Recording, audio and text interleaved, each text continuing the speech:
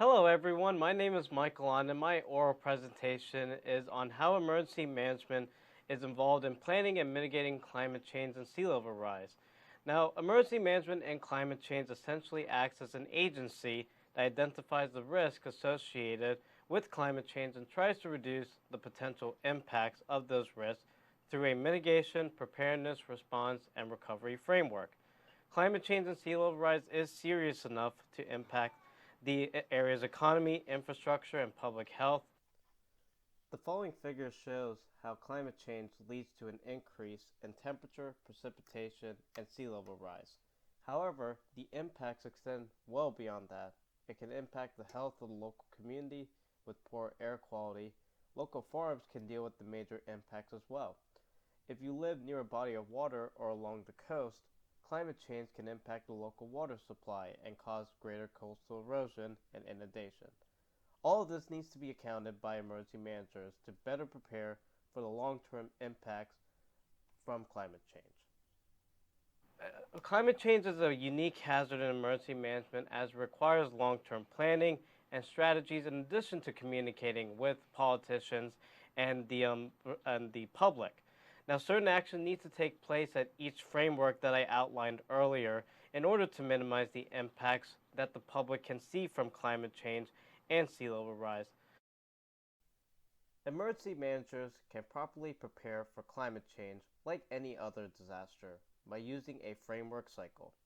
It all starts with mitigation, followed by preparedness, continuing with response and recovery to that disaster before starting all over again with mitigation for the next disaster that could possibly occur. Now we will go into further detail about each step in this framework cycle. Now the first step is disaster mitigation, and this is involved by coordinating with local and state climate groups to do assessments and develop mitigation strategies. Now coordinating with these climate groups helps emergency management officials to obtain more accurate forecasts of the hazards associated with climate change. On the next part of that framework is preparedness, and preparedness involves looking over and keeping risk profiles up to date. An example of one of the tools emergency managers use in the preparedness phase for climate change are sea level rise maps. In this picture, the highlighted portions represent which regions of the Charleston, South Carolina area would be underwater with the 6-foot rise in sea level. This can be helpful in determining what changes need to be made in the future due to climate change. Now, with climate change, you get more severe natural disasters. And with that, the response to climate change involves developing these new plans and strategies to better combat these disasters and be prepared for those future natural disasters.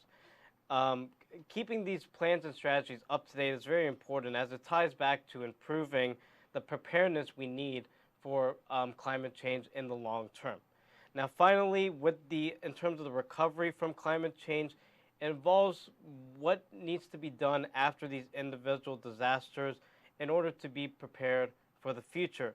And it's a little bit more challenging as climate change have made these disasters more severe and you have more severe impacts and the recovery is, in a sense, longer. Now, however, the recovery from the particular disasters can serve as a lesson while improvements and changes need to be made in order to adapt and become better prepared for these future disasters. Thank you for listening to my presentation, and I hope you have a great day.